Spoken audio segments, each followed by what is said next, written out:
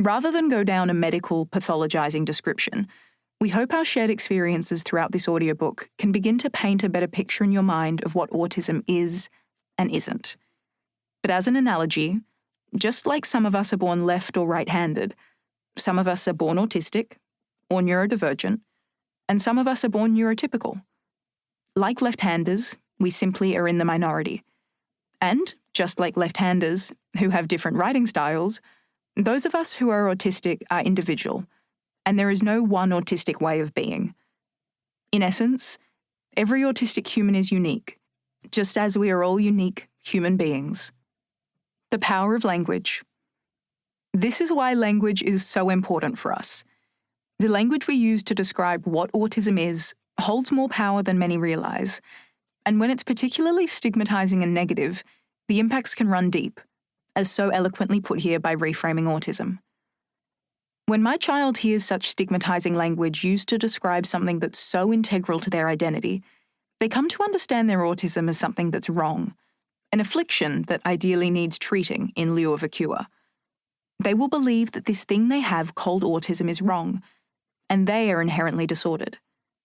My child is a sensitive soul, so they will internalize this brokenness, and it will be reinforced each time they encounter this language.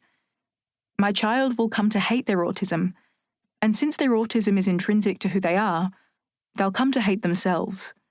They might develop low self-esteem and anxiety, and likely, everyone will blame their autism rather than the language society used to describe it, the language that became my child's inner voice. End quote. Language has immense power, and how you, your family, teachers, and allied health professionals use it will shape the way your ladybug sees themselves, and indeed, their world. Speaking of such, let's have a quick look at some of the language and terms you'll see throughout this audiobook. Neurodiversity is commonly an umbrella term used to describe the natural diversity of human brains.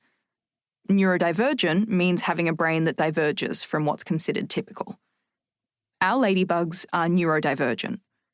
You may be neurodivergent if you are autistic, ADHD, dyslexic, have OCD or bipolar, etc. You are considered neurotypical if your brain does not differ from the norm, or from what society deems as typical. Some of you may be in between, and we colloquially refer to this as neuro-questioning. Are they autistic? Am I? Neurodiverse is the term we use for a group of people with different types of brains.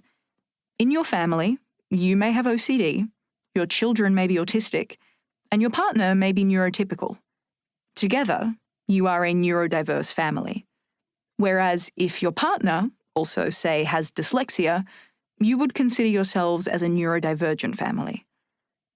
We often talk about how difficult it is for those of us in the neuro-minority, living in a world often built by and for the neuro-majority.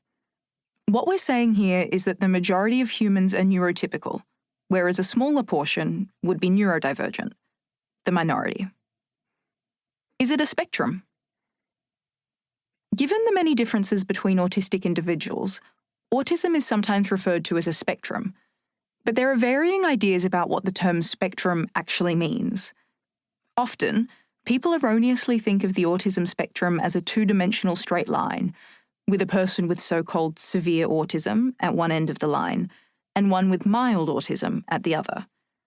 But, as many autists have argued, the linear conception of the autism spectrum is limiting, and ultimately unfair, as it assigns a person to a single, static position, with no room for progress or development, when we know that humans make progress and develop throughout their lives.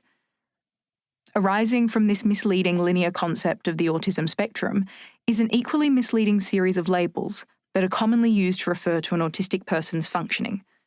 References that a person is high or low functioning, that a person's autism is mild, moderate, or severe, or that they're a level 1, 2, or 3. At Yellow Ladybugs, we cannot emphasize enough that these labels are incredibly dehumanizing and can be very damaging to an autistic individual.